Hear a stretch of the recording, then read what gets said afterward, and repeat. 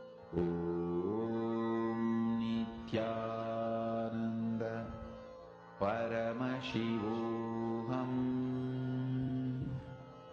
Om Nityananda Paramashivoham. Om Request all the participants to now Nityananda post whatever you saw as the answer. Paramashivoham. Please post it in the chat. Om Take a moment and share it in the chat. See, when you keep describing, right, you'll be able to see the details. Okay, so I see different answers being posted. Come on, every one of you post. Okay, my Yogananda Rupini, okay.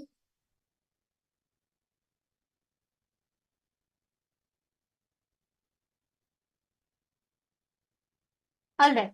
So actually, this place is called the Fly Geyser in Nevada, and it's on a private land on the edge of the Black Rock Desert in Nevada in the US. And it was created accidentally in 1964 after an energy company drilled down into the geothermal waters. And today, a scalding fountain erupts up to 5 feet high, resulting in the mineral buildup, and that cone is growing by several inches each year. So here you all can see, this is how the whole, it's an accidental discovery that is there in Nevada. See, when you manifest it, right, the moment you saw it, many of you have put, some of you put America, some of you put, you saw something hot. This is how you start manifesting, which means, see, you have the possibility to know it. You have the possibility to access it and understand it.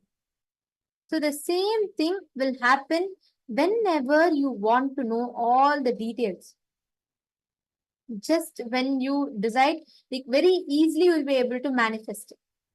Now, we're all going to be learning about today's initiation. We're going to be learning about who Bhagavan Dakshinamurti is. We're going to learn about Guru, which is Brihaspati, Shukra, and Dakshinamurti. Today, we're all going to have an initiation of all the three. We're going to be having a special process where you can ask your boons, your blessings requests to Brihaspati and Deva Guru Brihaspati, Asura Guru Shukracharya, and Adi Guru Dakshinamurti, to all the three. So who are they and what do they represent? We're going to be learning about that in detail right now in the next session. And I request all of you to provide your complete listening to this. We're going to be learning a lot of things that Swamiji reveals in this session. So let us all enter into this session. And by the end of the session, I request all the participants to make note of what you're clicking with and post that in the chat. Let us know what you understood from this session, what you clicked with, and what are your favorite powerful cognitions from this session.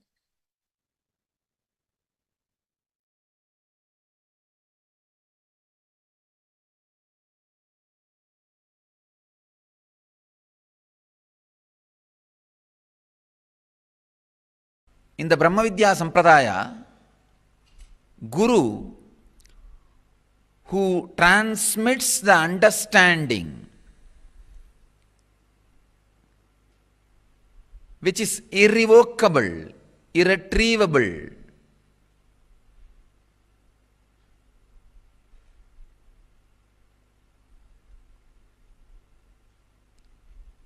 plays a major role in the path of devotion.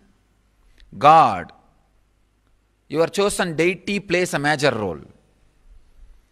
In the path of yoga, the technique plays a major role.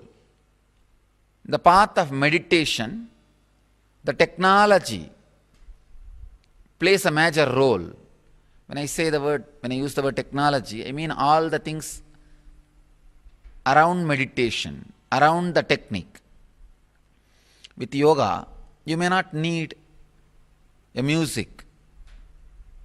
In the path of yoga, you may not need other accessories for the technique. But in the path of meditation, it is not just technique, technology. You need some more accessories.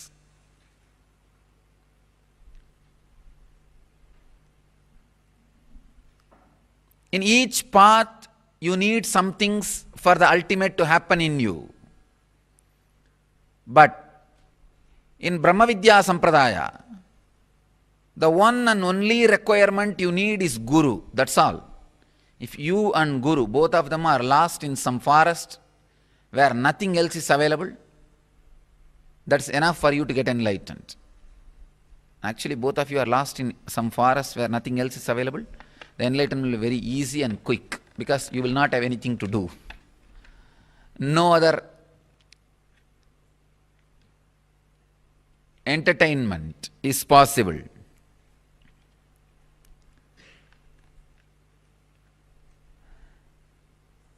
That is the reason always the Brahma Vidya Sampradaya, the Guru and disciples get lost in forests. Paramashiva does 5 action: creation, sustenance, rejuvenation, putting in delusion, and liberation. First 4, creation, he does by sitting in Brahmaloka. As a Brahma, he manifests and creates. Maintenance, he does by lying down in Paramapada as Parandama. Rejuvenation, he does as Maharudra in Kailasa, from Kailasa itself. Putting in delusion, he does through many of his forms like Bhikshadana, all those forms he took just to put people in delusion. Liberation, for liberation, he always comes down to planet Earth. He has to assume human form. The form he assumes for liberation is Guru. Keeping liberation as a predominant activity, the form he assumes is Guru.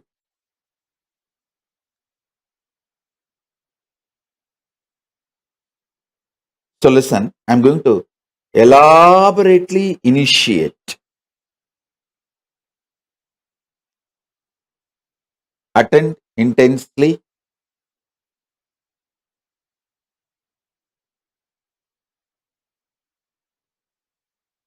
This is going to be most powerful initiation because I am basically Guru. I may do all other activities, like I'll do the administration of Mahakailasa, I'll do accounts, I know even cooking, even though I don't do, but I know cooking. Sometimes I used to do when I go to devotee's house, and when that devotee is really very devoted and I'm very comfortable with them, I'll go and sit in the kitchen and do some dosa, khichdi, puliyodare, all these kind of things, and simple food. And I'll be playing. You will see the early days photographs between 2000 to 2010. If you see, you will see a lot of photographs in the Nityanandapedia, where I go to devotee's kitchen and sit there, and even in Bididi, I'll be making some dosa. I think maybe between 2000 to 2010, mostly you will see. I may know many things, I may do many things, but basically I am Guru. I am Guru. The deep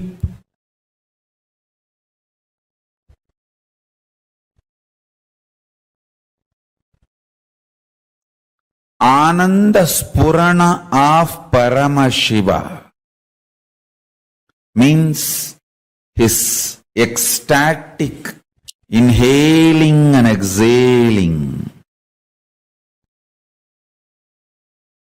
reaching to planet Earth is Guru. his own extension, his own amsa, his own manifestation, his own incarnation. Understand? Ananda Spurana of Paramashiva is inhaling and exhaling his prana pana vyanodana samana movements, his breathing space reaching out to the whole humanity is Guru, is his incarnation happening on planet Earth.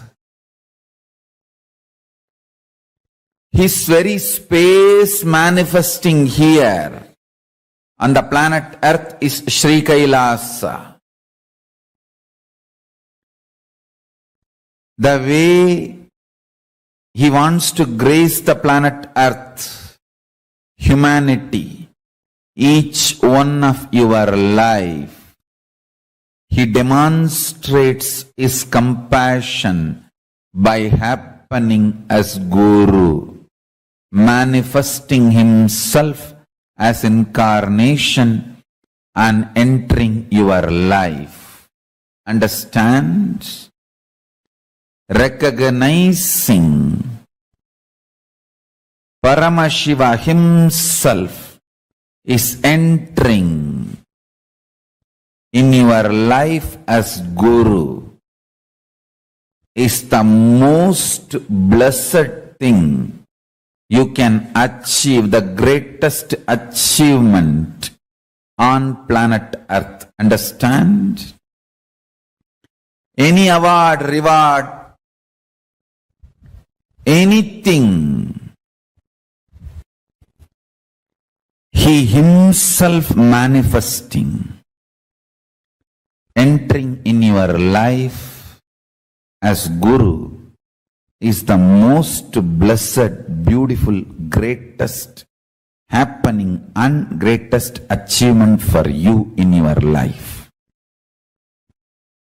Any other reward, award, achievement, wealth, position, power, career, social power or political power or economical power, resources, relationships, everything else is second priority. He himself entering in your life as Guru and you recognizing that he himself has happened as Guru. Understand?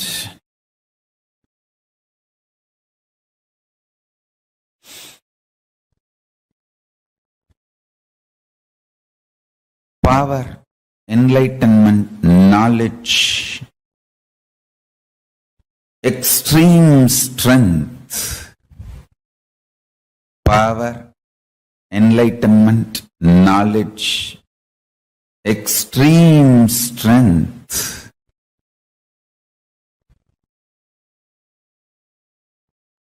All these great happenings, all these ultimate happenings, all these beautiful happenings, knowledge, enlightenment, power, all these auspicious, great, beautiful things happening is the side effect of his breathing space manifesting in planet Earth. Understand? He himself breathing is Ananda Spurana.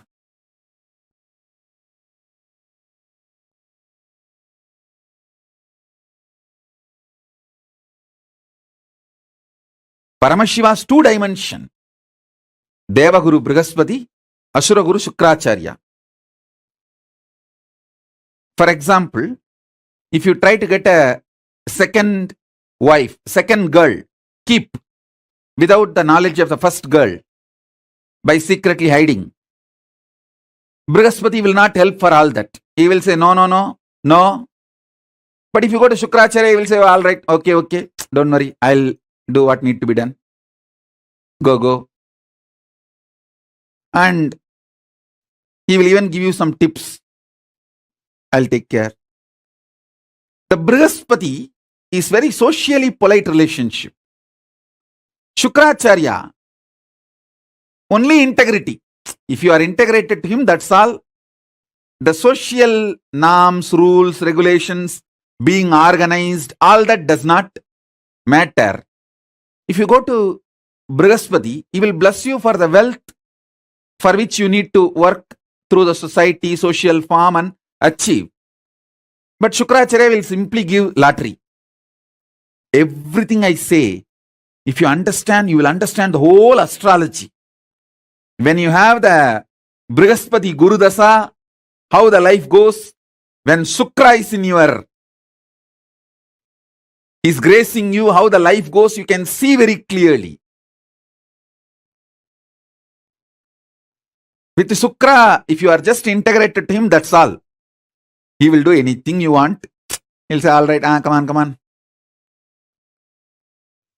You just go and tell him,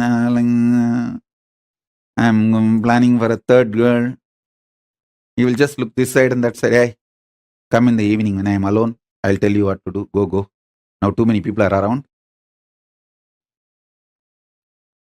Go. If you go to Brihaspati, hey, I'll inform your mother and wife. Go. So Brihaspati is more socially accepted relationship. And Shukra is, I'll take care, go. Be integrated, that's all. Go.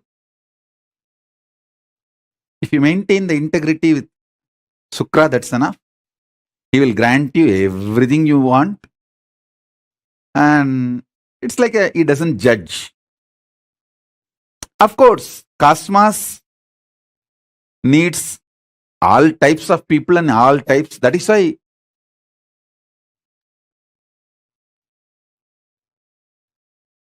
Paramashiva himself manifests as Brihaspati and Shukra both. Both are Paramashiva's own manifestation. It's not that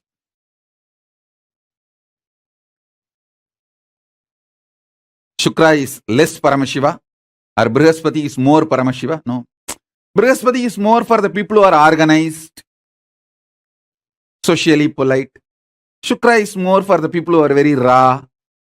And that is the way people are. And he accepts everyone. And he will even give Sanjeevani Vidya. Even for the playboys, he will give Sanjeevani Vidya and how to make Somarasa, all this knowledge. If you are just integrated to him, that's enough. Deva Guru, Asura Guru. Both are centered on Parama Guru, Paramashiva, Dakshinamurti. I'll infuse, listen. The Deva Guru is absolute power of trust. Asura Guru is the absolute power of love. The trust Brihaspati, love Shukra, both are from Dakshinamurti. I'll infuse Dakshinamurti in you with Brihaspati and Shukra. Brihaspati is trusting you. You will become Paramashiva.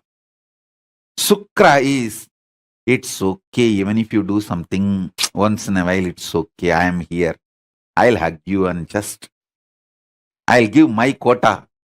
I have my quota. Means even stupid fellows I can push it in the crowd. Hey, all right. Hello. Like honorary doctorate. Any university, if 1,000 people write thesis and get doctorate, the university has a freedom to give a honorary doctorate to one guy, even if they don't write the thesis. Like that, I have my quota.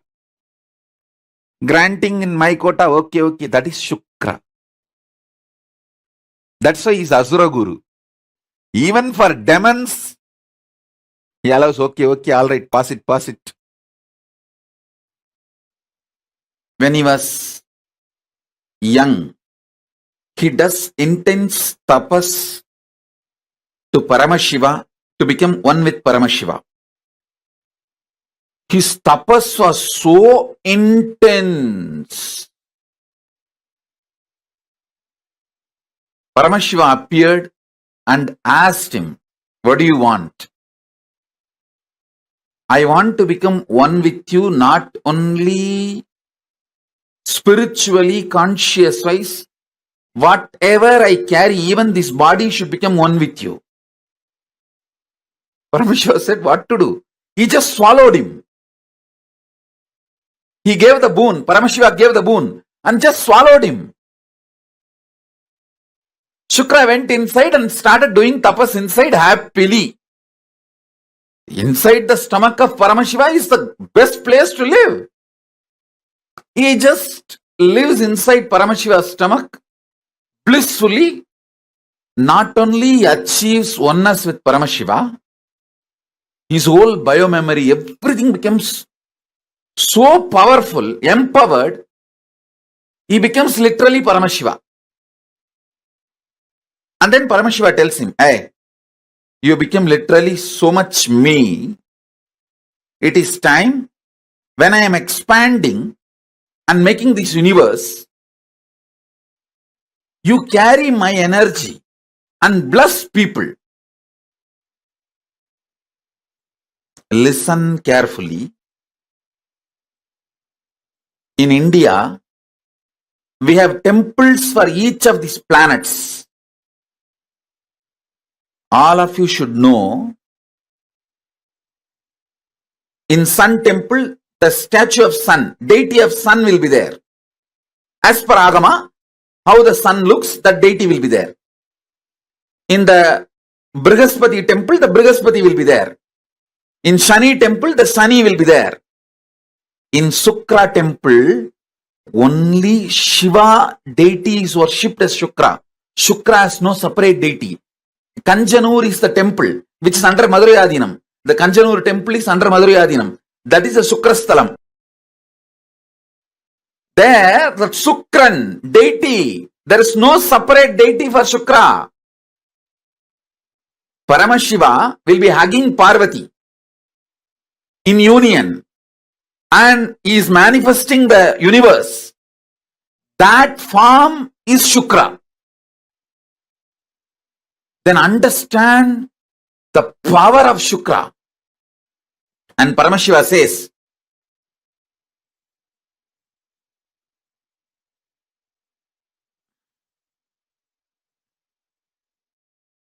listen carefully. Paramashiva says very clearly,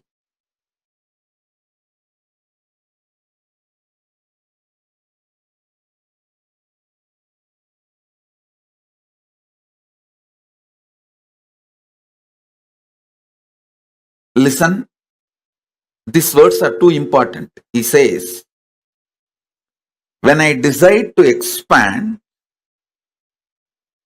my passion to give, when you are in high peak, how you give. Paramashiva, if he is in high, that's the time he manifests this universe. So, he doesn't see logic, he just gives. This is the Shukra. You can see very clearly, it is Shiva and Parvati. Shiva and Parvati Shiva actually keeps his hand on the hip of the Parvati. This form is called Anaithalundanadar. This is the Shukra deity.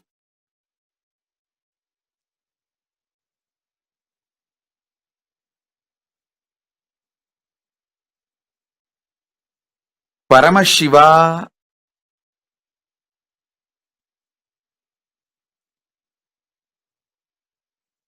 when he just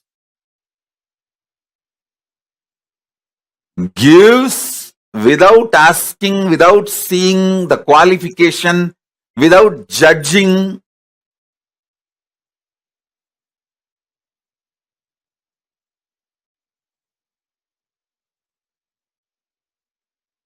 that energy of Paramashiva is Shukra. Sukla means in Sanskrit semen. Paramashiva's semen energy, it's not just a liquid, it's a life energy. Paramashiva's life energy is Shukra. He tells Shukra from inside his body, come on, you come out and represent me, my passionate giving. You represent my passionate giving. See, Paramashiva's ferociousness is represented by the Kalabhairava. Paramashiva's knowledge is represented by Dakshinamurti. Paramashiva's ecstatic cosmic dance is represented by Nataraja. So Paramashiva's various energies are represented by various forms. His Shukla, the semen energy, which creates this universe, is represented by Shukra. So through the Paramashiva's Shukra comes out and plays the same role as Paramashiva. Listen. In the beginning, when Shukra came out, he was not guru of demons. He just started giving everything to everyone without judging. Brihaspati, on the other hand, Brihaspati is the another guru in the Navagraha. Navagraha, there are only two gurus, Brihaspati and Shukra. Brihaspati is very strict, very integrated, very perfect. He was giving only for gods. Very organized people, integrated people. So all the people he refused, whom he will not initiate, he will not give boons, he will not give the powers, all of them went to Shukracharya. All those who are rejected by Brihaspati went to Shukracharya. Naturally, the demons were the larger number who went to Shukracharya. So Shukracharya came to be known as Guru of the demons. Otherwise, Indra many times went to Shukracharya and got blessed. It's not that Shukracharya does not bless Indra or gods. Actually, many gods went to Shukracharya and got many benefits.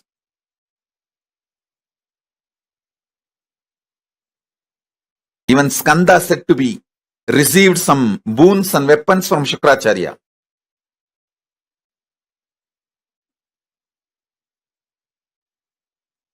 So listen, Shukracharya is a unique energy. Guru's Brihaspati, Deva Guru dimension, gives you all the right things you ask.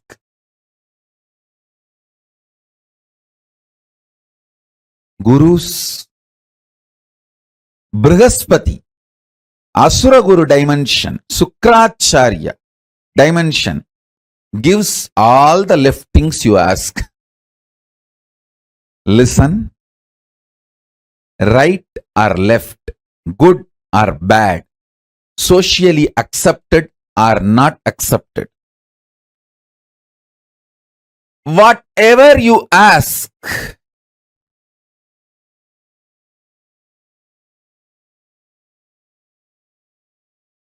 Shukra blesses. Don't take these words lightly. Shukra really manifested yesterday. It is actually lottery. See, Shukra manifests like a lottery. He is not logical. He is like a lottery, literally lottery.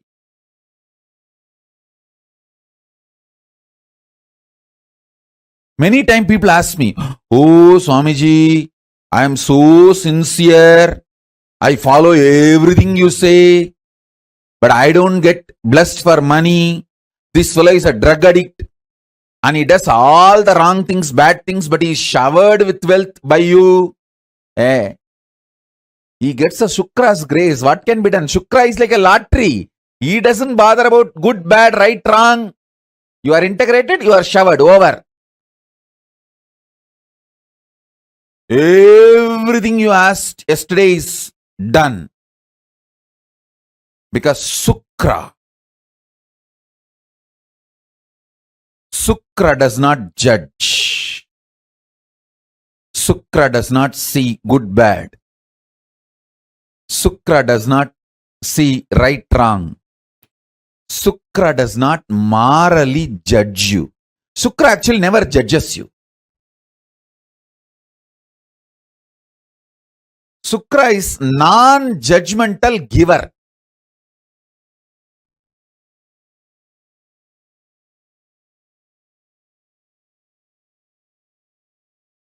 If you go to Brihaspati saying that you are addicted to alcohol and that is causing a lot of problem, Brihaspati will give you guidance how to get out of the addiction, how to clean up that addiction pattern, to become healthy, all that. If you go to the Shukra with the same problem, hey, I'll give you Somapanam. Drink, you will enjoy, but your health will never be disturbed. Even if you die, you will be revived again because the Somapanam has that Sanjeevini DNA. Even if you are dead, simply you will come back to life. The Sanjeevini DNA does not let your body without life more than 3 seconds. You will be back. So the way Shukra deals things are totally different. Even if you die due to overdosage, in 3 seconds you will be back to life. Shukra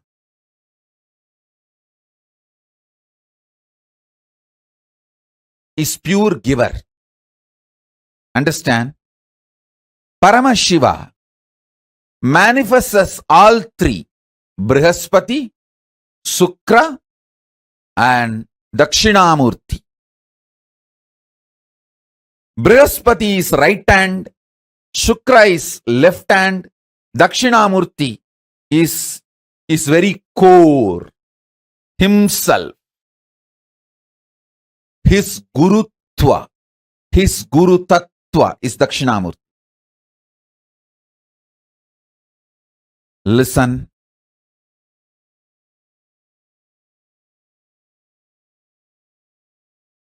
Don't take Shukra lightly. Shukra is too powerful. Good, bad, right, wrong. He doesn't look at anything. He doesn't judge. Go to Shukra with any problem. He will have a unique solutions.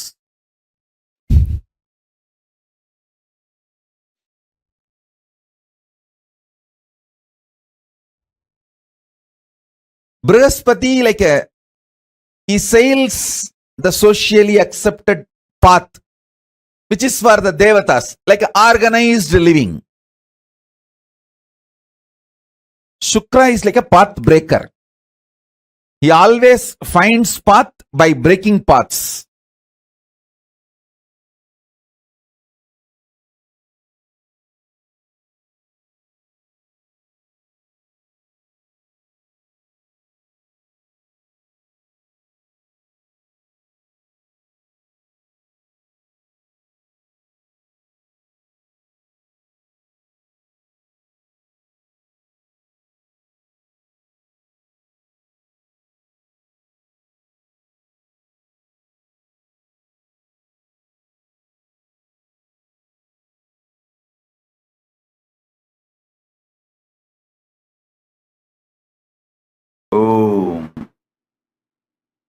as the ultimate manifestation of Paramashiva's Veena Dakshinamurti, Yoga Dakshinamurti, Vyakhyana Dakshinamurti. I bless you all with the liberation, Paramashivatva, ultimate Paramatvaita. Listen intensely. Paramashiva with his 5 phases, PHASES. He manifests Parabrahmam.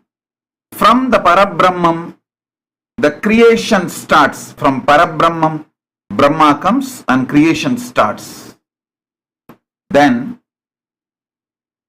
from the sustenance phase, Parandama manifests. From Parandama, Vishnu comes, sustenance happens.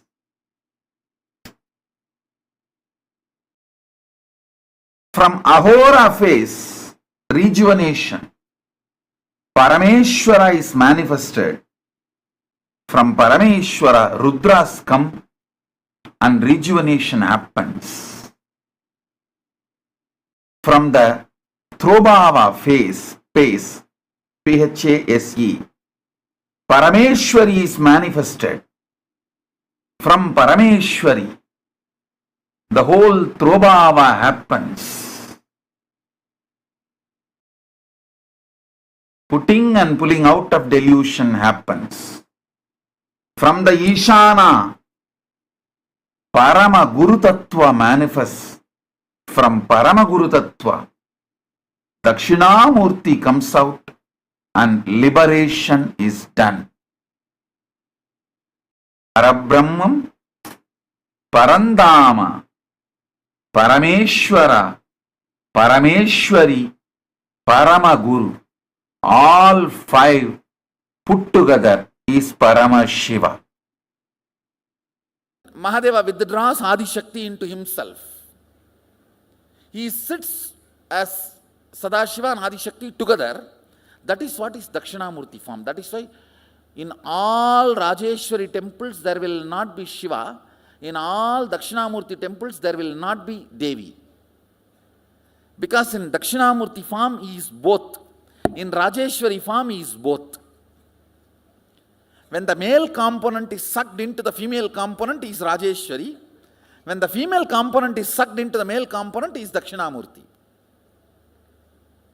In no Dakshinamurti temple, there will be Devi. So he sits as Dakshinamurti.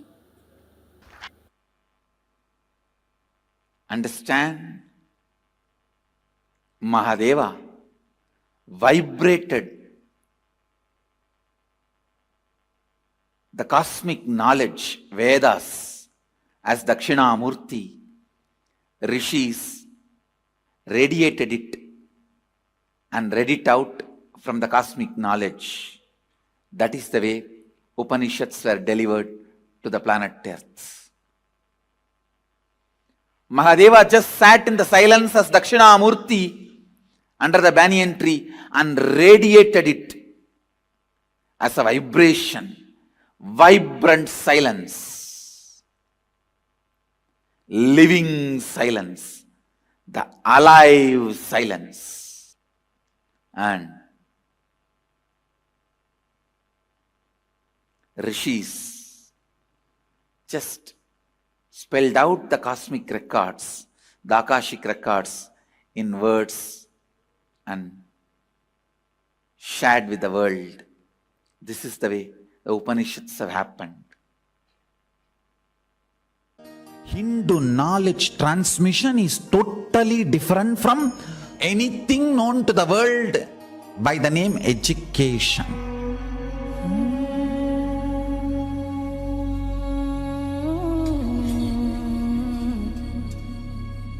What Paramashiva shared with me, it was like intense cosmic downloading happening. One day, I was looking at him so deeply. Literally everything he was revealing was getting into my system. So deep, like if he utters one word, like a condensed 1 petabyte material, information will be transferred into my system. Listen. The words he uttered and the quantity and quality of the information transmitted was unimaginable.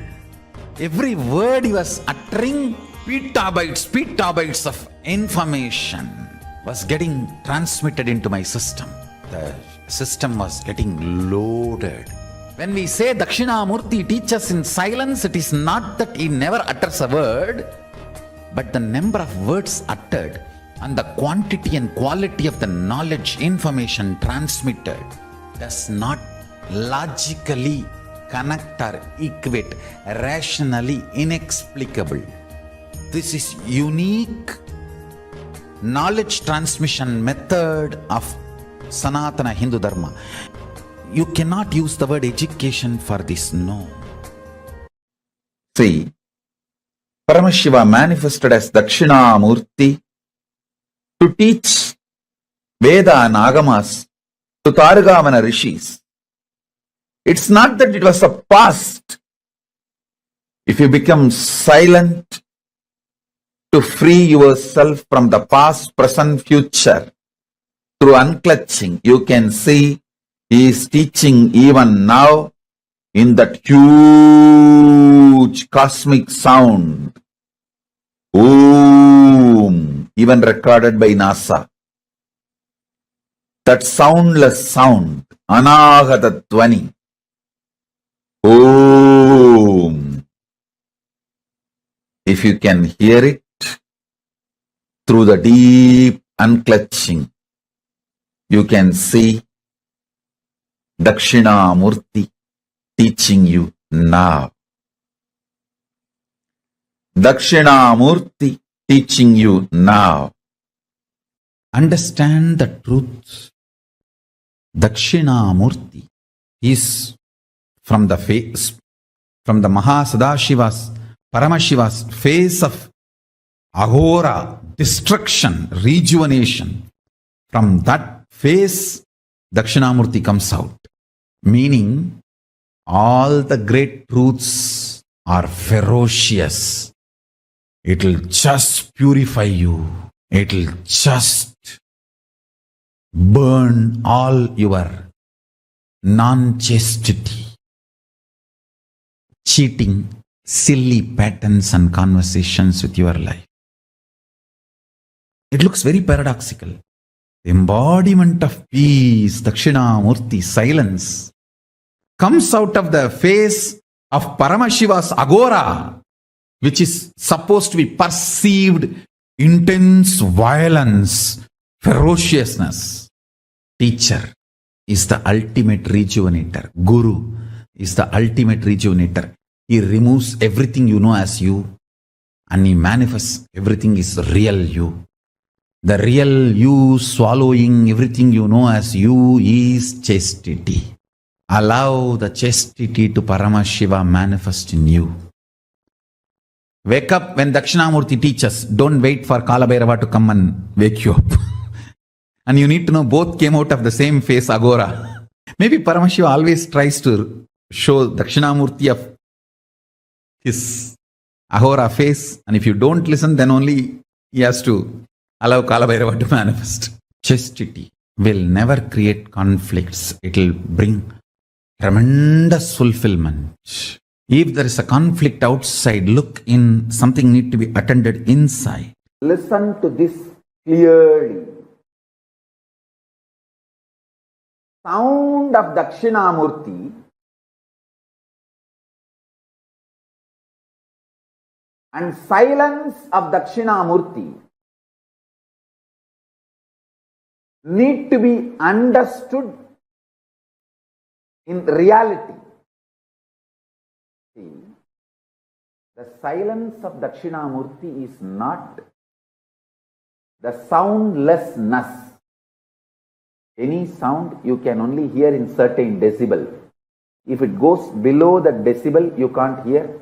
If it goes above that decibel, you can't hear. Dakshinamurti's silence is above decibel. The decibel which you can't hear, beyond your capability of hearing, that decibel sound is Dakshinamurti's silence.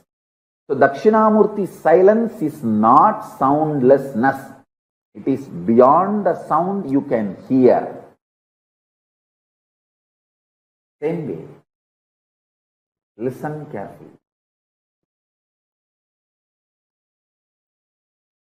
Dakshinamurti's silence is not soundlessness, it is beyond the sound which you can grasp, perceive, hear.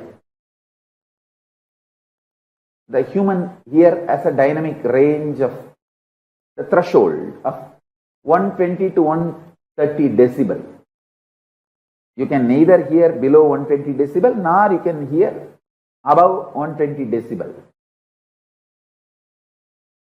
Sorry, 0 to 120 to 130. I can say 0 to 130 decibel. Listen carefully. Human here has a dynamic range of 0 decibel to 130 decibel. If something is below the 0 decibel, you can't hear. Something is above the 130 decibel, you can't hear. Dakshinamurti's silence is above the 130 decibel. It is not soundlessness. It is the sound which is beyond your capability to perceive, beyond your range. Same way, Dakshinamurti's visual silence. See, Dakshinamurti's verbal silence is the sound which is beyond your perception. Same way, Dakshinamurti's visual silence is not darkness where nothing exists. No, it is supernal effulgence where all your ability to visualize disappears into a supernal effulgence, like 7 colors of the rainbow disappear into the sun's bright shining.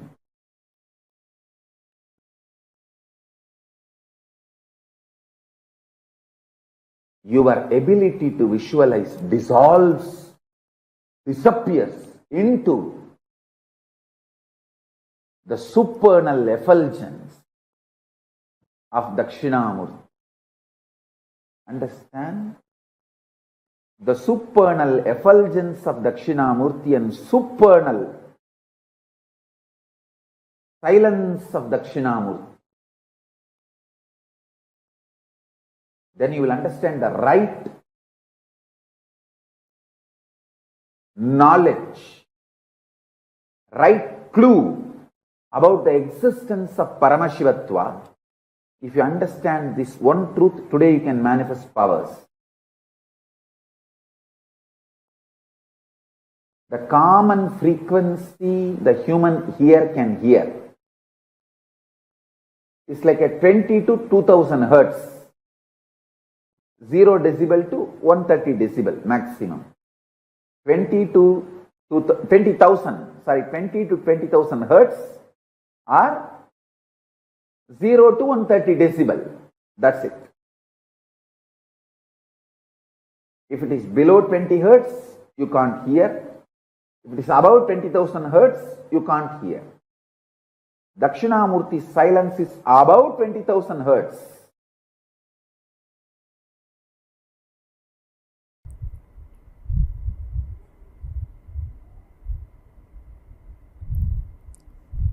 When I map down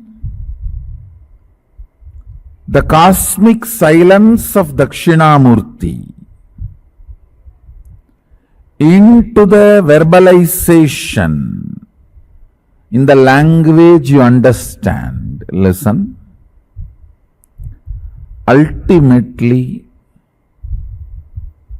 Sadashiva's silence is the greatest teaching, where you vibrate in his very frequency, in the oneness.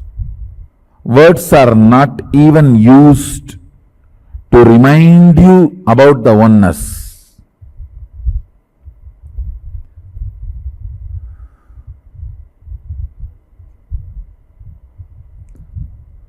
Words used to remind you about the oneness and to put you in oneness also is only plan B, not plan A. Understand?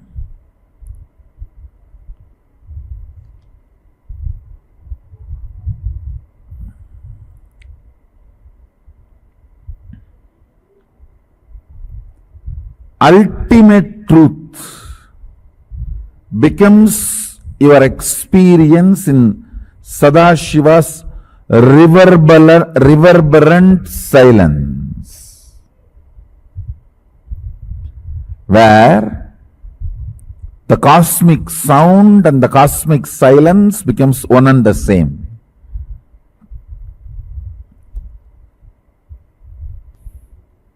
Mauna, understand the word mauna means mana vibrates with its source is mauna.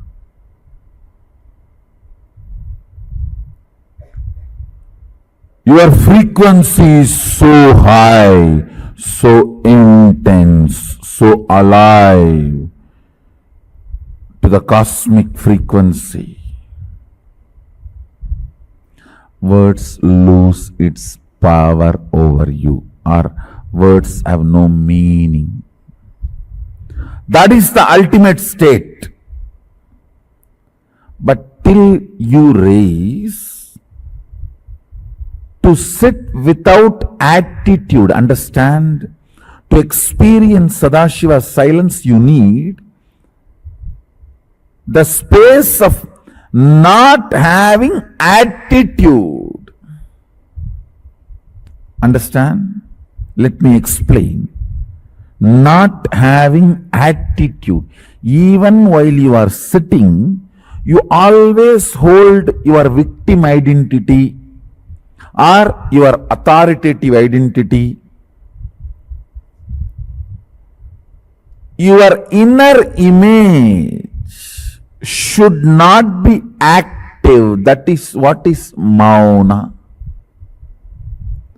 Mauna means your inner image should not be releasing thought currents from its cognitions.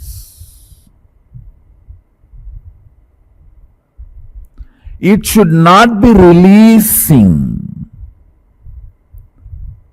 either cognitions or thought currents.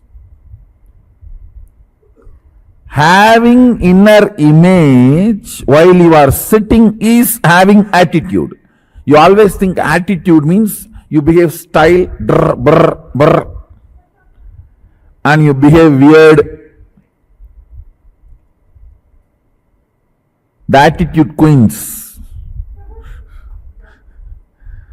who think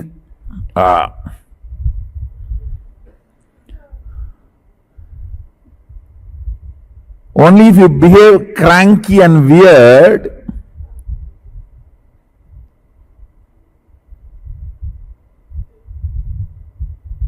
to get attention or because you got attention. To get attention or because you got attention.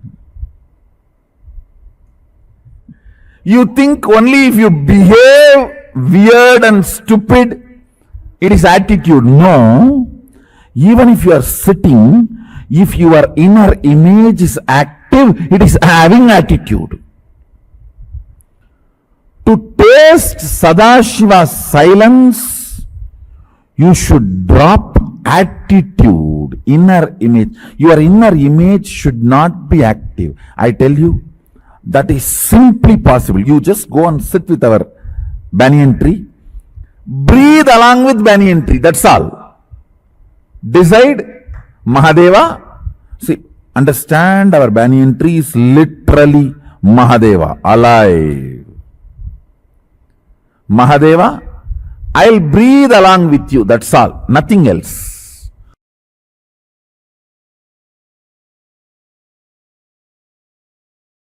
Nirvikalpa Samadhi. Paramashiva resides in Nirvikalpa Samadhi and radiates it in the form of Dakshinamurti.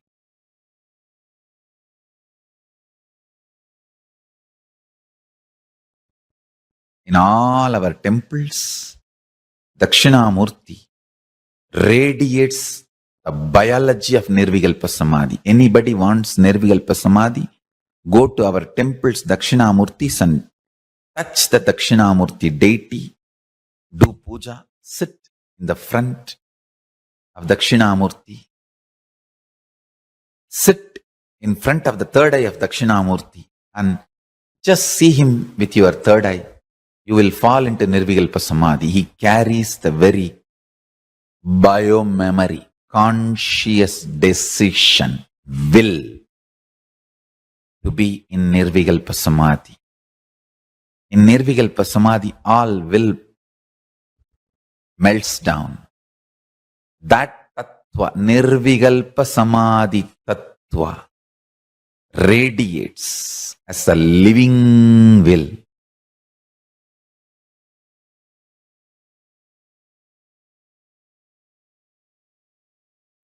Paramashiva's message directly from Kailasa. Listen. Veda sarartakam tantram tasmat vaidigam acharet vedantartamayam jnanam siddhantam paramam shubham. This is a verse from Kamikagama. This is Paramashiva's message directly from Kailasa to all of us. I'll repeat. Vedasarartakam tantram tasmat vaidigam acharet vedantartamayam jnanam siddhantam paramam shubham. The English meaning, translation is, the agamas are the essence of the Vedas. The highly auspicious Siddhanta is the enlightening true understandings from Vedanta. Listen. The agamas are the essence of Vedas. The highly auspicious Siddhanta is the enlightening true understandings from Vedanta. Meaning,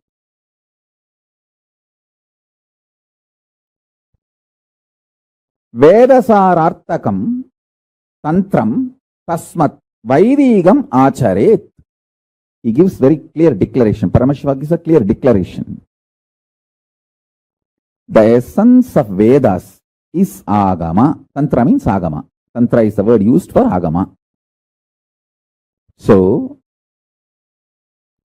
acharet means live Vedic tradition. See, the methodology for living the Vedic tradition is agama. So, when you live agamas, you are living Vaidika. The methodology for living Vedic tradition is agamas. And Vedantartamayam jnanam siddhantam paramam shubham. What a beautiful word. He says, Vedanta's understanding, true understanding,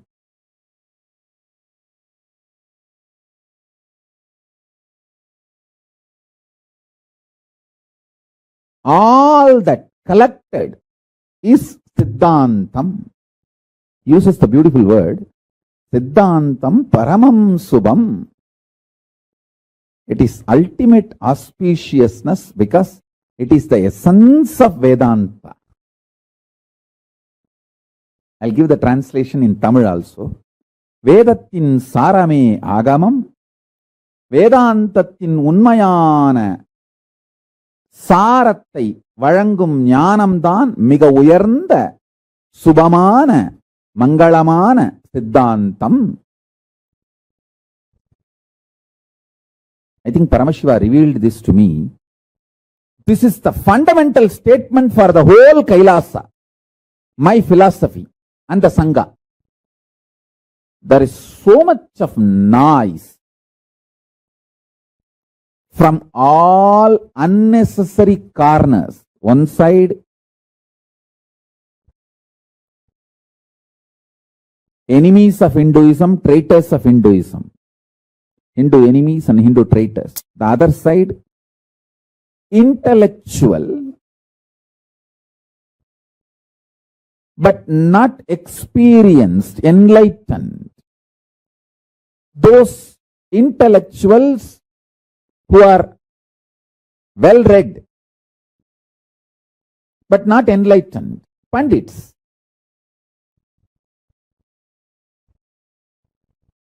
They speak only for their vested interests, not for the truth. Understand? Those people are also creating this huge noise about, oh, Vedanta is separate, Siddhanta is separate. We should constantly keep the fight.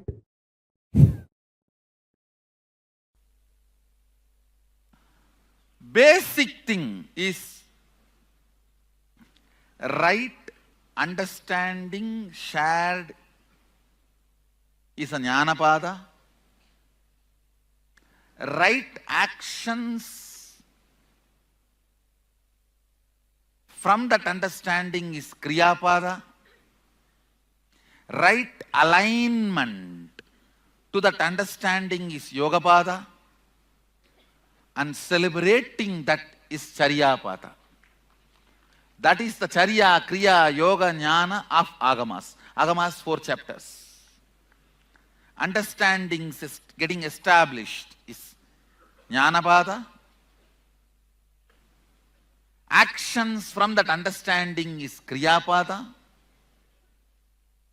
Completely falling in tune with that understanding is yogapada. Celebrating that reality is charyapada.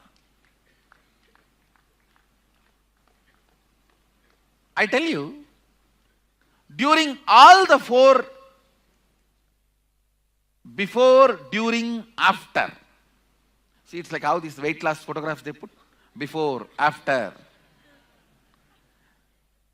In all traditions, the before and after pictures will be different. Only in Shaivism, before and after picture is one and the same. Before Sadashiva, during Sadashiva, after Sadashiva. This before, during, after pictures do not change in Shaivism. If the before, during, after pictures change, then what about after? Then that also there is a possibility of changing. Then why do you want to achieve a state which is going to change? Simple logic. If before photo is different, during photo is different, after photo is different, then what about the after photo? Who knows what is going to be? Then why do you want to achieve something which is going to be different or changing? Why do you want to waste your time on achieving something which is going to be changing? So understand, these intellectual understandings matter. Be very clear, what you take as your official stand is going to become your reality by my entanglement. My Shaktini Pada will make that into reality. the slide you decide to hold will be projected as a reality in the projector of your life. Listen, listen intensely. When you decide to celebrate Paramashiva in your body,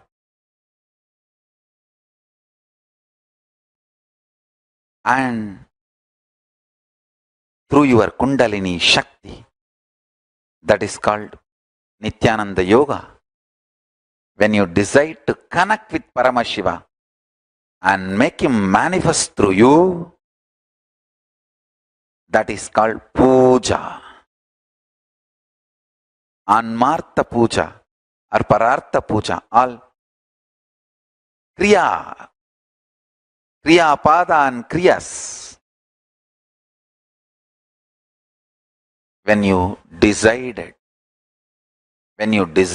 to celebrate the cosmic principles of Paramashiva and manifest him absolutely in your life, that is called Jnana Pada, Jnana. Understand? If you decide to celebrate Paramashiva in your lifestyle, it is Charya Pada. In your bioenergy, by connecting with him, that is Kriya Pada.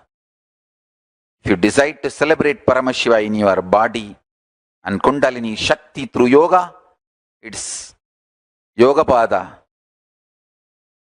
When you decide to celebrate the cosmic principles of Paramashiva and decide to manifest him in your life, that is called Jnana Pada. Understand? Charya Pada, Kriya Pada, Yoga Pada, Jnana Pada. All the four is nothing but celebrating Paramashiva. Celebrating Paramashiva. Understand? Nothing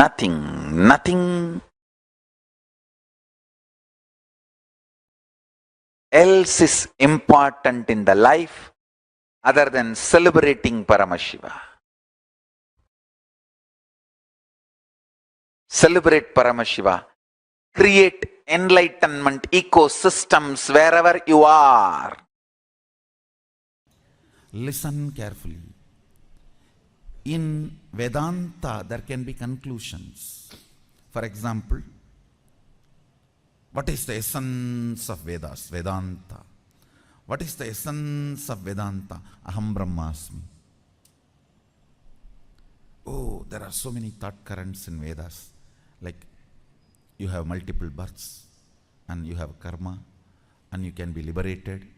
You can avoid birth and death cycle. If you want, you can have even conscious birth and death cycle.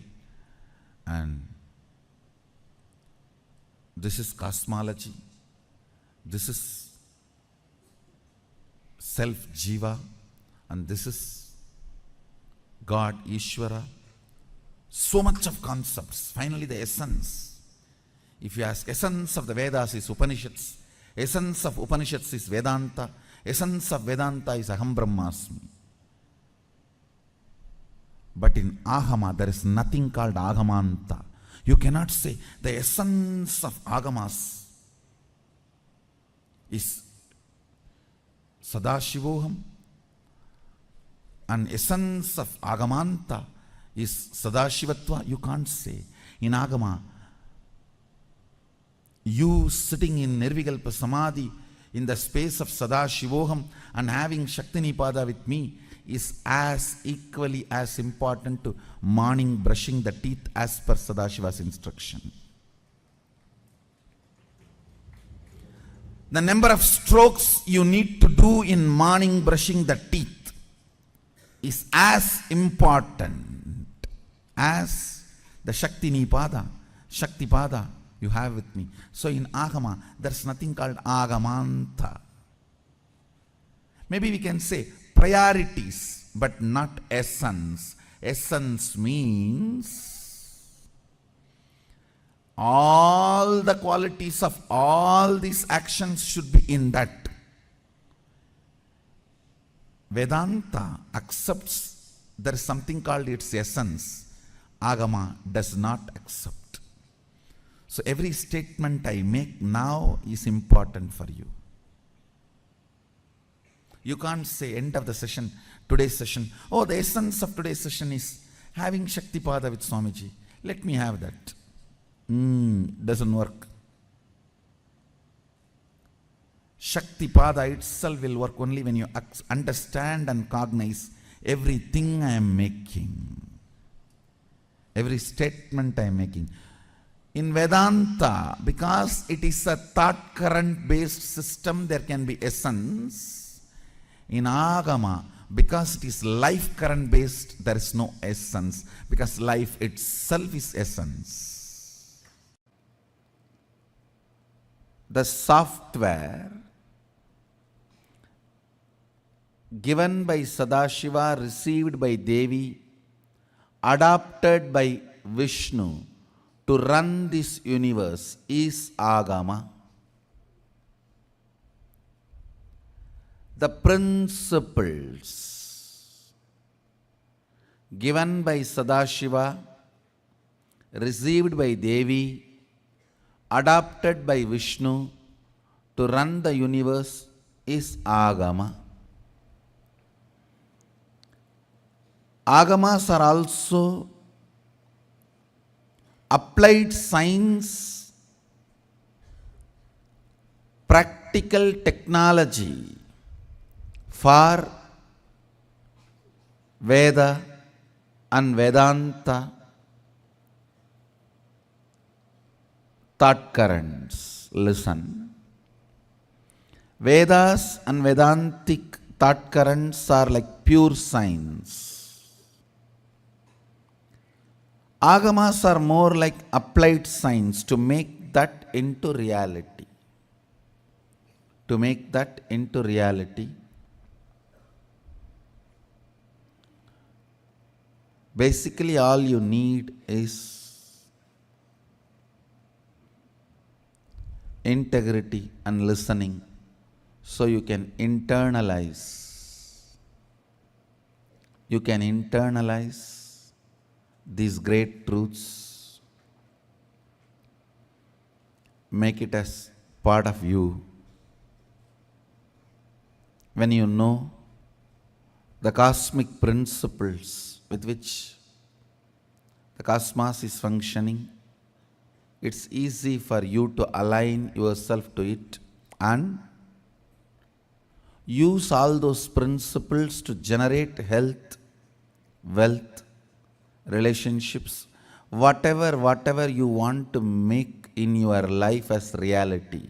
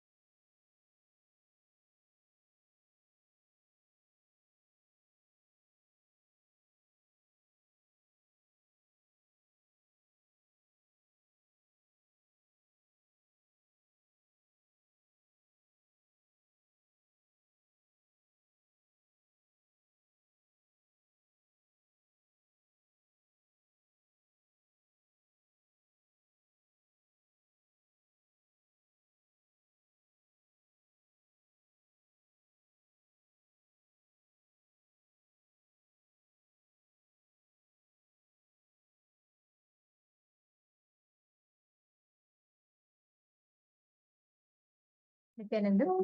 Very beautifully, Swamiji revealed to all of us about who Devaguru, Brihaspati, Asura Guru Shukracharya, and Adi Guru Dakshinamurti are. Very detailed way Swamiji explained about the three. Understand, today all of us are going to be having a very special process where Swamiji is going to be manifesting all the three forms.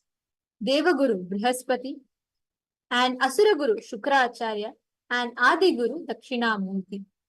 All the three forms Swamiji is going to be manifesting, and we can ask any boons that we want to any of these forms. All the boons, whichever you feel are socially, like, may not be correct. Like, for example, you want to say, I don't want to really go and sit and do my job the full time, but I still want to get, somehow the work should happen, but I should not do the work. And somehow I should get the money, manifest more money for it. Whatever you have, all those type of boons, you can ask to Shukracharya. And whichever are dharmic boons, like rightful boons, like you've really put in effort and you really want your project to be successful, or you really have studied hard and you want to ace in the exams, all these boons you can ask to Devaguru Brihaspati. And good, bad, anything, beyond all of that, anything related to enlightenment and everything put together, you can ask to Adi Guru Dakshinamurti. Today we are going to be having the darshan of all the three forms of Paramashiva, manifesting in that ultimate form as Swamiji. Very, very shortly, we're all going to be entering into the darshan. I request all the participants to please come on the camera and settle down. Today, during the darshan, Swamiji is going to be initiating all of us to manifest the space of sarvajñatva, that all-knowingness gets awakened in you. Once again, like Swamiji said, sarvajñatva does not mean that right now you should know everything. It just means your ability, awakening your ability to have access to anything whenever you want. And today, all of us are going to be receiving that as a very initiation.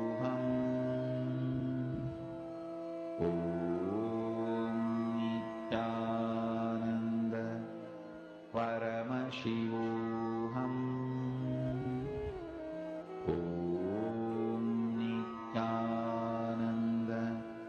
Paramashivoham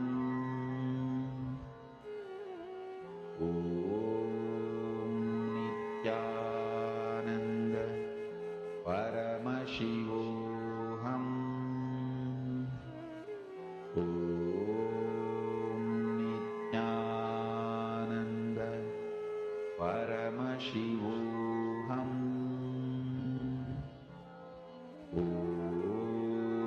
Nityananda Paramashivoham Nityananda Paramashivoham Nityananda Paramashivoham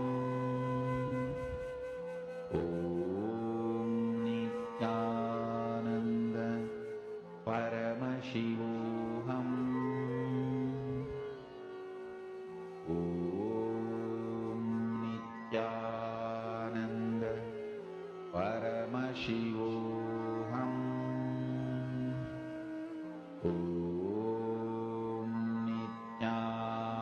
Nityananda Paramashivoham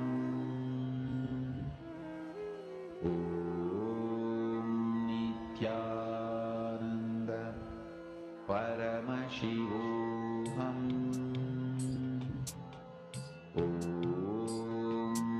Nityananda Paramashivoham Nityananda Paramashivoham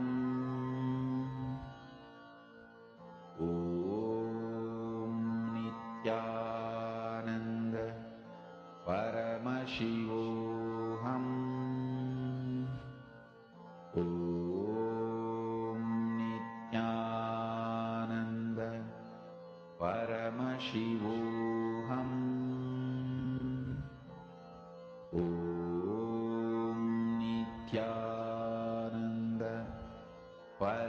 Paramashivoham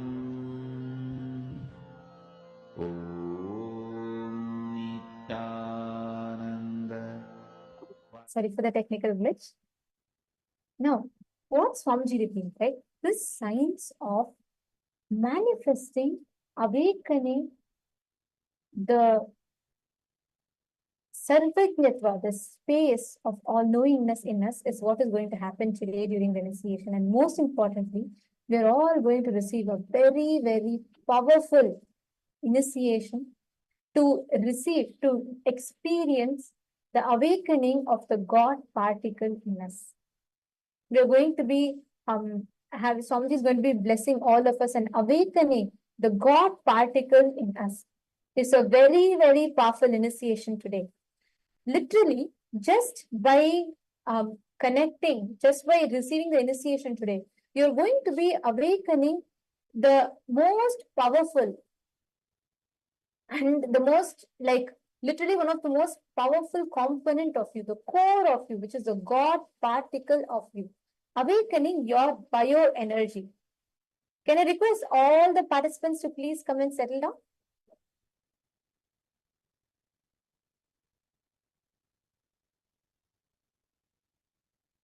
Literally, this is going to awaken in all of us the ultimate, the supernal effulgence of Paramashiva. What Swamiji revealed, right? When you experience, when you connect to this cosmic form of Paramashiva, literally all that knowledge, the science, all the possibilities gets awakened in you. Now we're going to be learning a very beautiful session from Swamiji on today's initiation, where Swamiji is going to be awakening the God particle and the supernal effulgence of Bhagavan Dakshinamurti.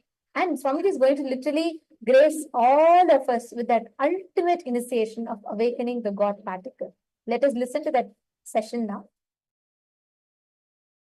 The whole cosmos, the energy which is responsible for the sun, moon, stars, this earth, everything you see and understand, that is Mahadeva.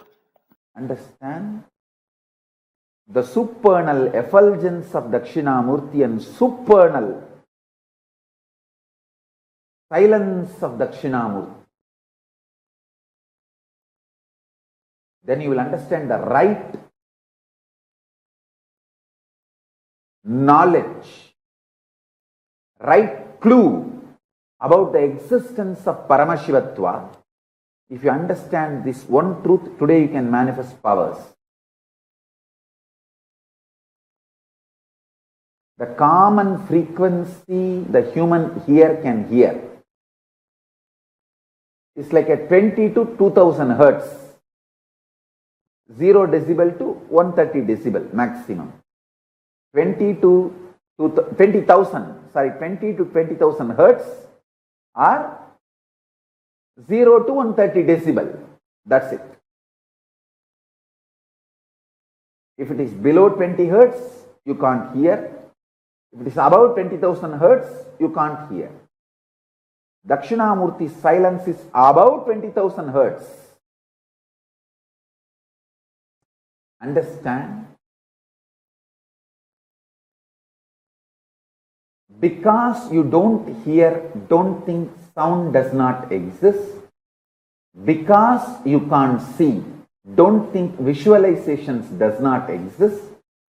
Because you don't feel, don't think higher frequencies does not exist. Because you have not realized Paramashivatva, don't think it does not exist. That is the conclusion. What I experienced with Arunagiri Yogeshwara, I want all of you to experience that.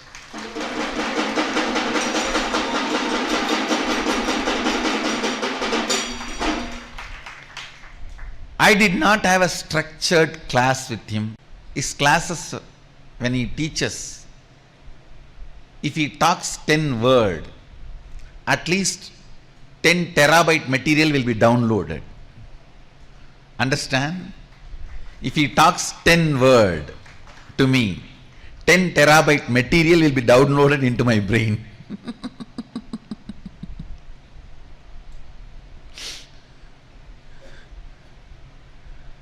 The way he taught me, trained me, it was a unique style. We should actually call that as a Arunagiri Yogeshwara style. He had his own unique style.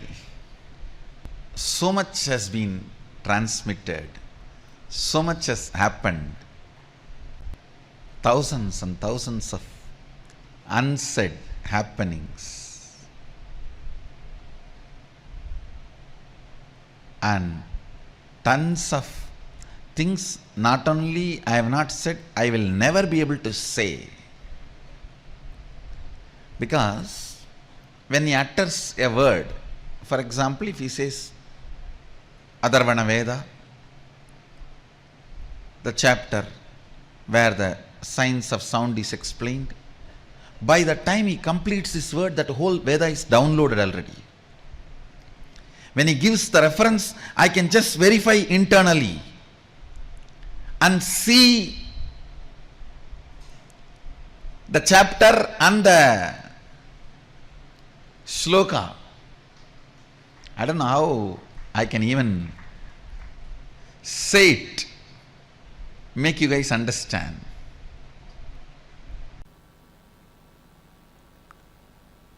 Upanishads. See, when the rishis sat within them in samadhi, their whole being started vibrating, reverberating with the sacred truth. The whole being started vibrating and reverberating with the sacred truths.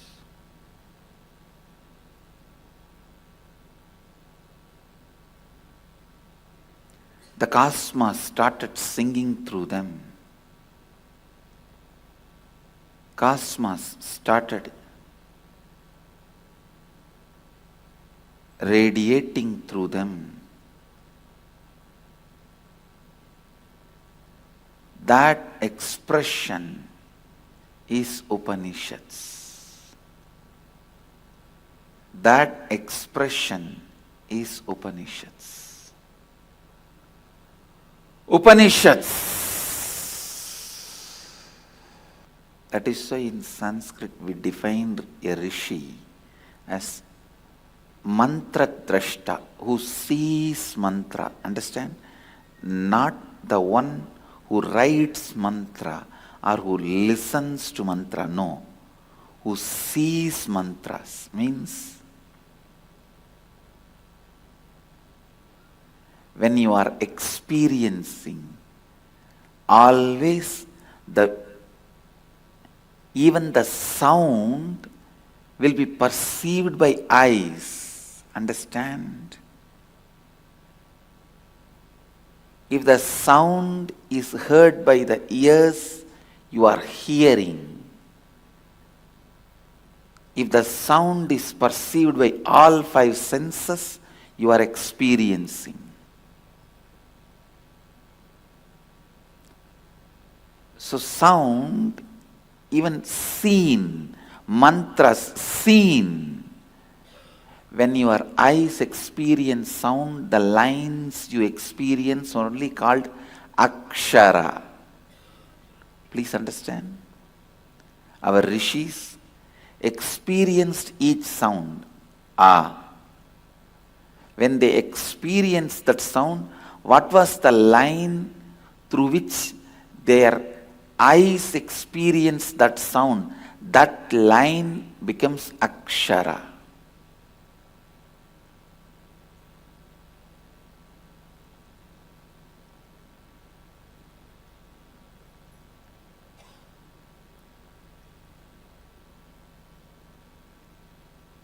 They were so highly evolved,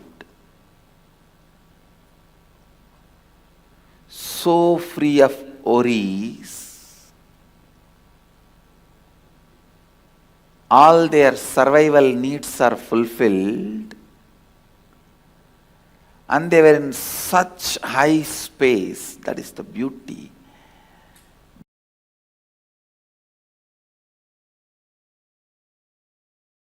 Listen.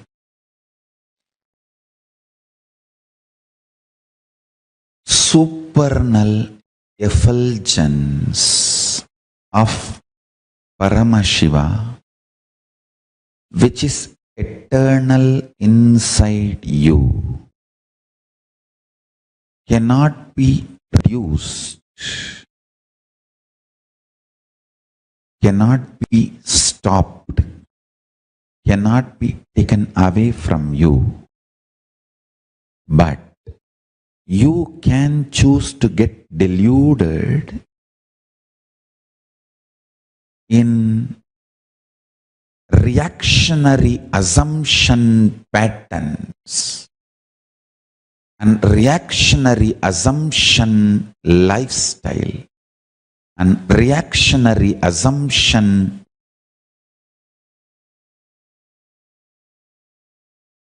patterns and lifestyle caused mess. Understand? The reactionary assumptions patterns, reactionary assumptions lifestyle, and the mess caused by reactionary assumptions and that lifestyle.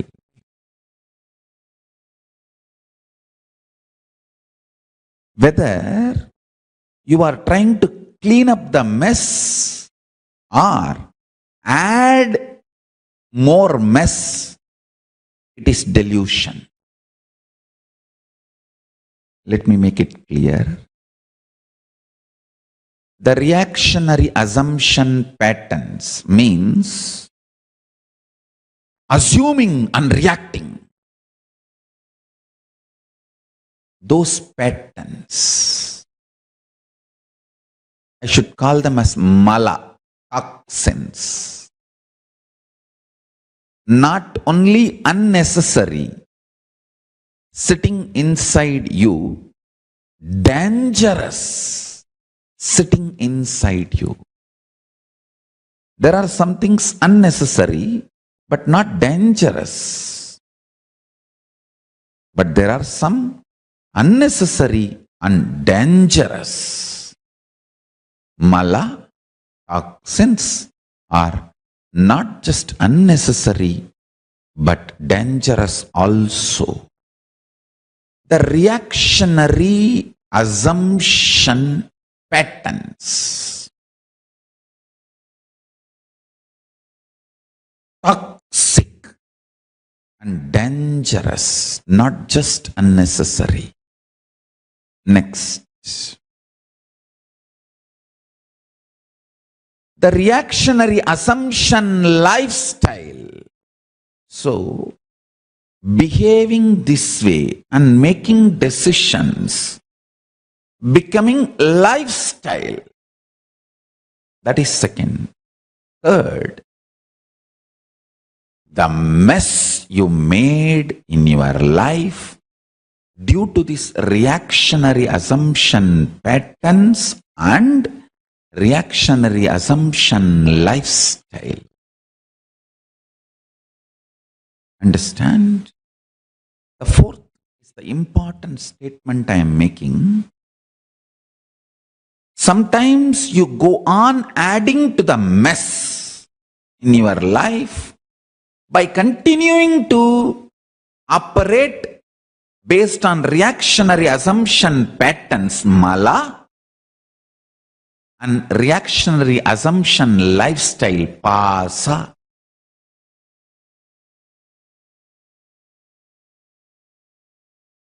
If you are adding more and more reactionary assumption patterns and reactionary assumption pattern based lifestyle,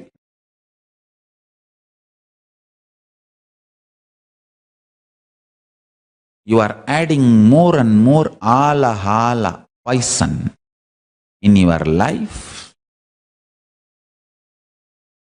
and you are nicely getting by yourself. I did not utter, but you heard that word. Listen carefully. This is the most important punch. Even if you are trying to clean up the mess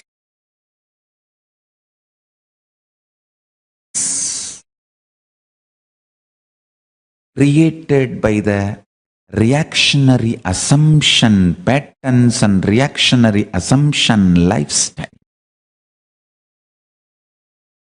even that will be delusion. The one and only solution is unclutching, withdrawing into supernal effulgence of Paramashiva. Listen. Supernal effulgence of Paramashiva. This is the word I coined. I should say, read. I have received it as a gift from Sivajnana Bodham, English translation. A great person called M. Kandaswami has translated the Sivajnana Bodham into English. He has used this word as a title for his translation. Supernal effulgence. And that is absolutely sweet word. Greatest blessing you can receive from Paramashiva is ability to unclutch.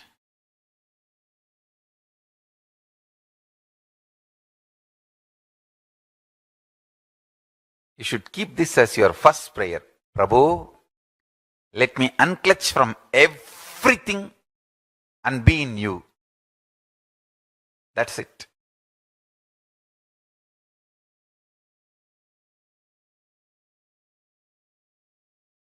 That should be the first prayer. Highest priority for all of you. I tell you, it is just because of my ability to unclutch all the best things have manifested in me.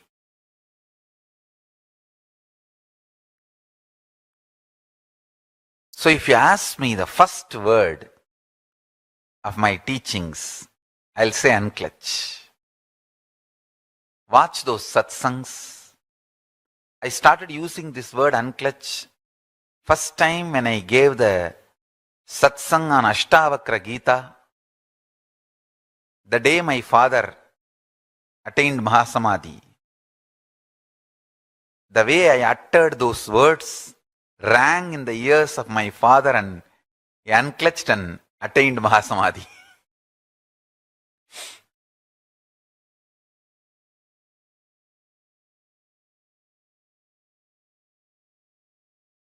It was power of unclutching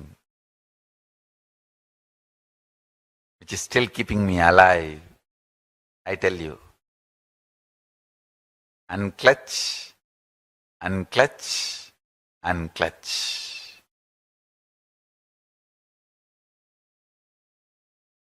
That makes you a different metal altogether, especially if you unclutch. Because of my initiation, you just relax in Paramashiva. Rest in Paramashiva. RIP should have a new meaning. Rest in Paramashiva.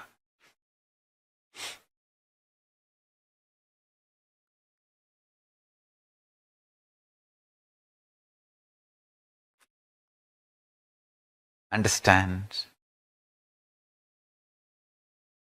Nothing like unclutching. Nothing like unclutching.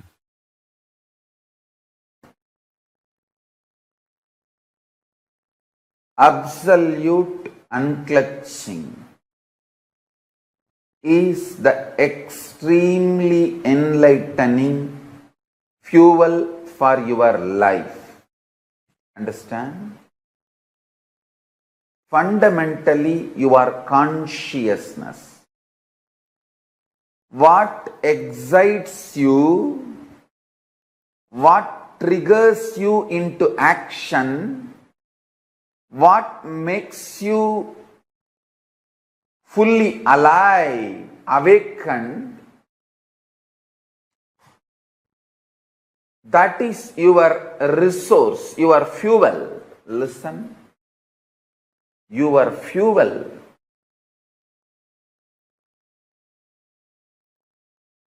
Need to be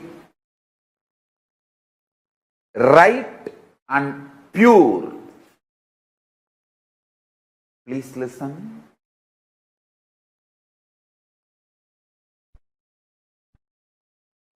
If you use the right fuel, right resource to excite you, inspire you, energize you, you will have respect for yourself. You will have respect for yourself.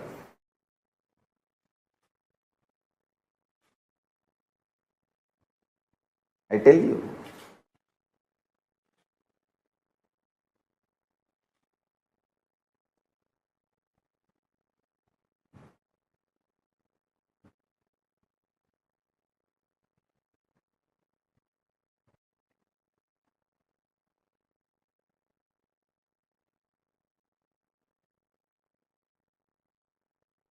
If you use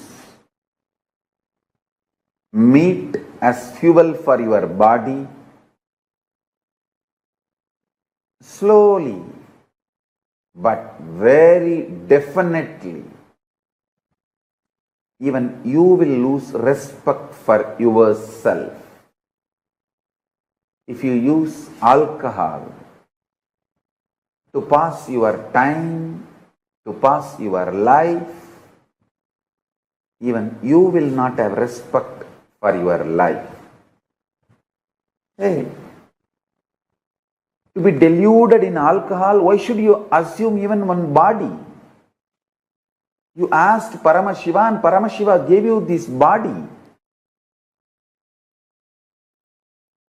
If you are deluding yourself in alcohol and keeping you dull, passing your life, it is absolute abusal of your body. And Paramashiva who gave you this body. Come to basic understandings and integrity. Listen. If you come to basic understanding and integrity, your life will be beyond your body. Do not allow guilt, powerlessness, incompletion settle down in you while you are trying to practice enlightenment, live enlightenment, manifest Paramashiva.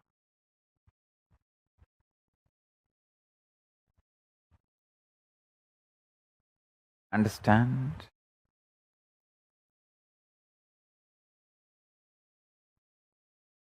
You need to separate these two. Ability to inspire yourself. At the same time, not to fall into the guilt when you are not able to challenge yourself. Understand?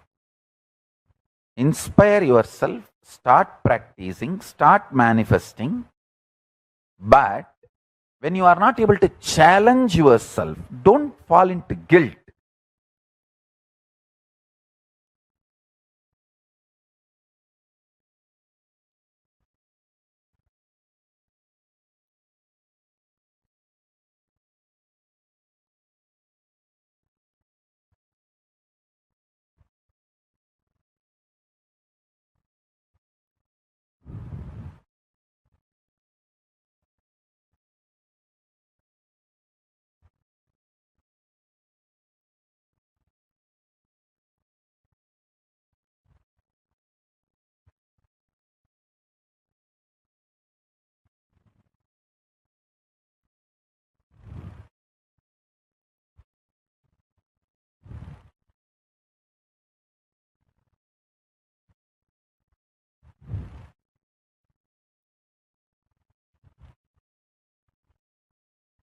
you need to realize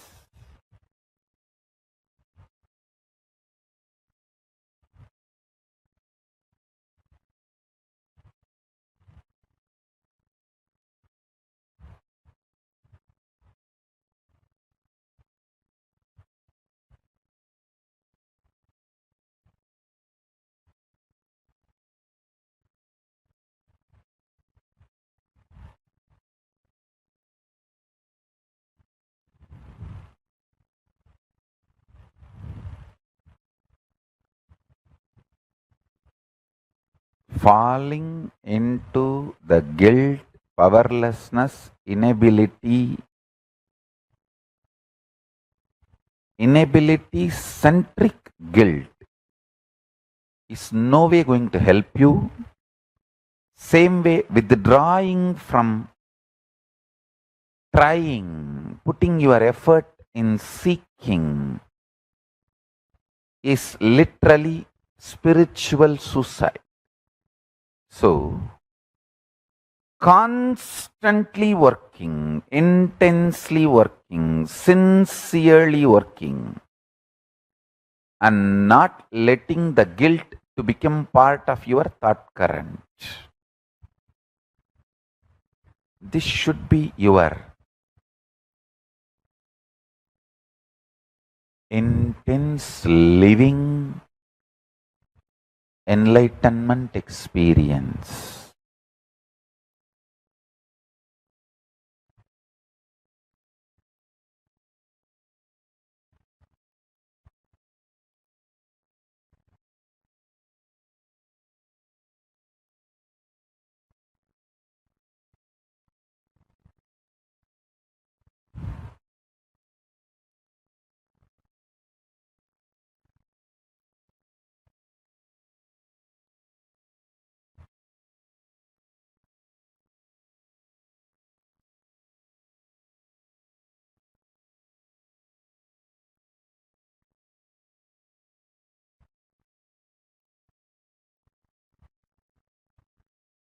For Paramashiva to manifest in you, you don't need to do anything. Just unclutch, he will manifest.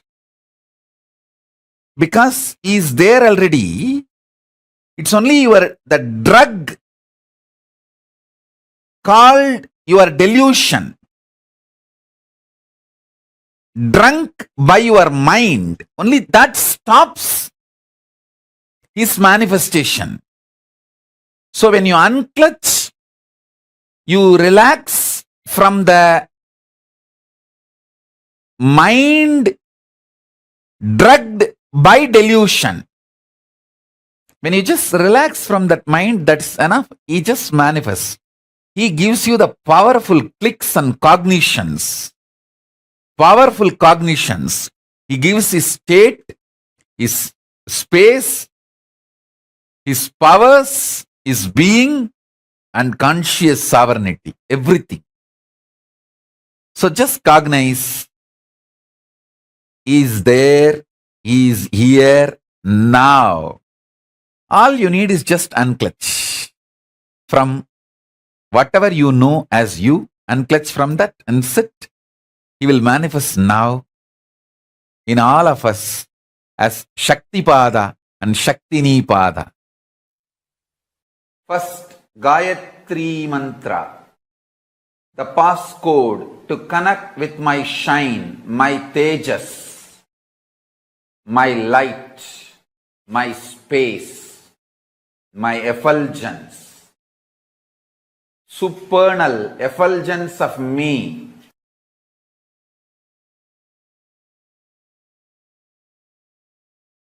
Listen.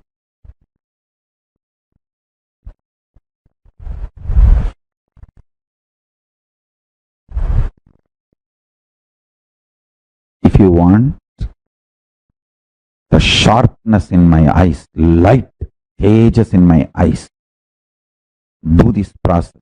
Get into the patterns of fears which brings mental breakdown, nervous breakdown in you. Face them. You will be free. You will have that sharp eyes. Los Angeles Kailasa is one of the most important Kailasa till now I have manifested. The deities are literally birthed by Paramashiva, myself directly. They cannot be moved and they will directly connect. Anyone who comes there, prays there to Kailasa, immediately. It is literally, I brought the Kailasa stage, a supernal effulgence of Kailasa and made this Los Angeles Kailasa.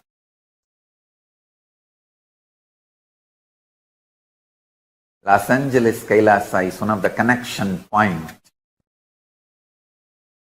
with Maha Kailasa and Buloka and all other lokas, spaces.